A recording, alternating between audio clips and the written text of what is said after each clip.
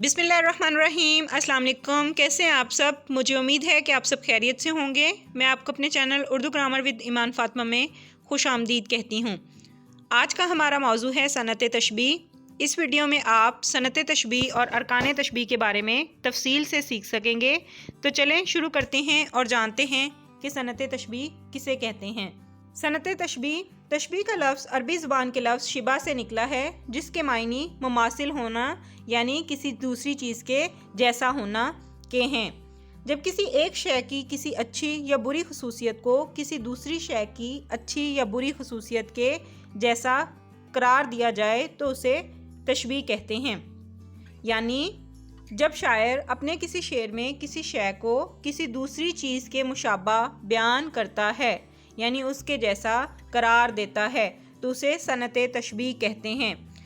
यानी जब किसी मुशाबहत के बायस एक चीज़ को दूसरी चीज़ से मुशाबा करार दिया जाए तो वो तशबीह कहलाती है। ठीक है, जैसे नाजुकी उसके लब की क्या कहिए, पंखड़ी एक गुलाब की सी है। अब इस शेर में देखें कि शायर ने महबूब के होंठों को गुलाब की पंखड़ी से तशबीह दी है। ठीक है, यानी गुलाब की पंखड़ी जैसा कहा है। ठीक है, तो यही तशबीह कहलाती है। ठीक है, नेक्स्ट देखें तशबीह के अरकान। तशबीह के 5 अरकान हैं: मुशब्बा, मुशब्बा बा, हरफ तशबीह, वजह शिबा या वजह तशबीह और गर्ज़ तशबीह। नेक्स्ट देखें मुशब्बा क्या है। मुशब्बा जिस चीज़ को दूसरी चीज़ के मानेत करार दिया जाए वो मुशब्बा कहलाती है। और मुशब्बा को जिस चीज़ से आप तशबीह दे रहे होते हैं, जिस चीज़ की मानेत करार दे रहे होते हैं, वो मुशब्बा बा है। यानी वो चीज़ जिसके साथ किसी दूसरी चीज़ को तशबीह दी जाए। हरफ तशबीह क्या हैं? वो लफ्ज़ जो एक चीज़ को दूसरी चीज़ जैसा ज़ाहिर करने के लिए इस्तेमाल होते हैं, हरफ तशबीह कहलाते हैं।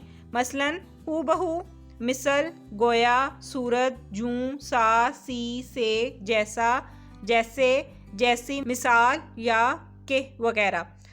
हरफ तशबीह को अदवात तशबीह भी कहा जाता है। वजह शिबा क्या है? वजह शिबा वो खूबी है जिसकी बिना पर मुशब्बा को मुशब्बा बा से तशबीह दी जा रही होती है। ठीक है, और गर्ज़ तशबीह वो मकसद, वो गर्ज़ जिसकी बिना पर आप किसी चीज़ को दूसरी चीज़ से तशबीह देते हैं या दी जा रही होती है या दी जाए। ठीक है, नेक्स्ट देखें, इसको हम मिसाल के ज़रिए से समझते हैं। नाजुकी उसके लब की क्या कहिए, पंखड़ी एक गुलाब की सी है। अब इस शेर में महबूब के होंठों को गुलाब की पंखड़ी से तशबीह दी गई है, यानी उनके जैसा करार दिया गया है।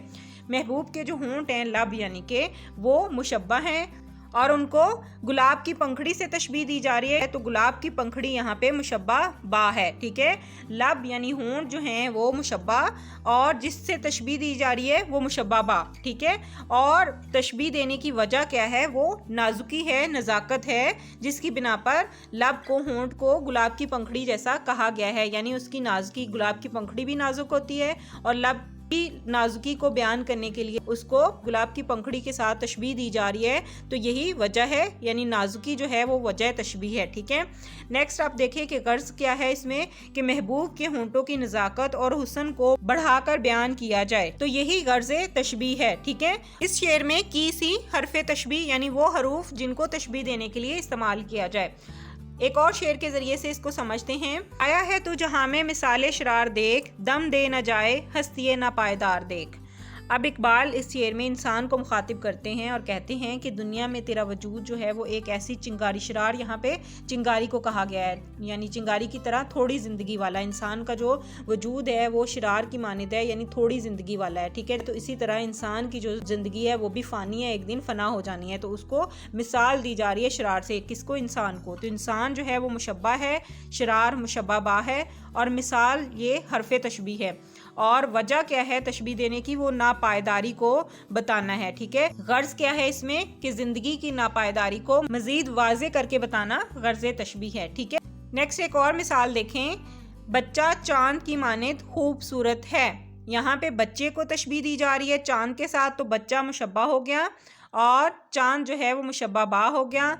की मानिद जैसे लफ्ज़ जो हैं वो हरफ तशबीह हैं और ख़ूबसूरती जो है उसको बताना है, उसको बयान करना है, तो वो वजह तशबीह है। اور بچے کی خوبصورتی کو ظاہر کرنا غرض تشبیہ ہے، یعنی چاند جو ہے وہ بہت خوبصورت ہوتا ہے نا، تو بچے کی خوبصورتی کو بتانے کے لیے، اس کو مزید واضح کرنے کے لیے جو ہے وہ اس کو چاند کے معنی، چاند کے جیسا جو ہے وہ کہا جا رہا ہے، تو بچے کی خوبصورتی کو یعنی کہ بڑھا کر بیان کرنا ہے، تو اسی لیے اس کو غرض تشبیہ کہتے ہیں، ٹھیک ہے۔ نیکسٹ دیکھیں کچھ اور مثالیں۔ امجد شیر کی طرح بہادر ہے، یہاں پہ امجد مشبہ ہے، شیر مشبہ با ہے، کیونکہ امجد کو شیر سے تشبیہ دی جا رہی ہے، اور کی طرح جیسا لفظ جو ہے وہ حرف تشبیہ ہیں، اور وجہ کیا ہے؟ بہادری، ٹھیک ہے، بہادر ہے۔ اور غرض کیا ہے اس میں؟ کیوں اس کو اس کے جیسا کہا گیا ہے؟ وہ امجد کی بہادری کو مزید واضح کرنا ہے، ٹھیک ہے۔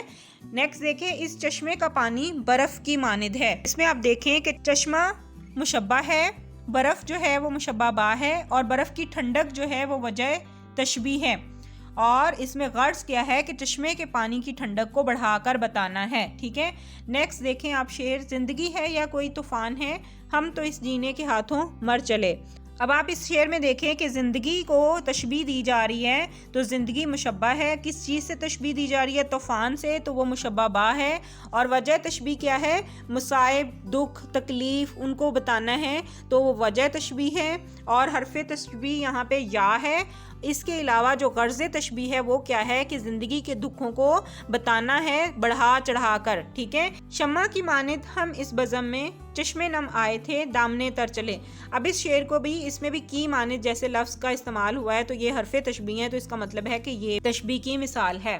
مجھے امید ہے کہ آج کی ویڈیو آپ کو پسند آئی ہوگی۔ اگر آج کی ویڈیو آپ کو پسند آئی تو اسے لائک اور چینل کو سبسکرائب ضرور کر لیں، تاکہ میرے آنے والی ہر ویڈیو آپ کو مل سکے۔ اللہ حافظ۔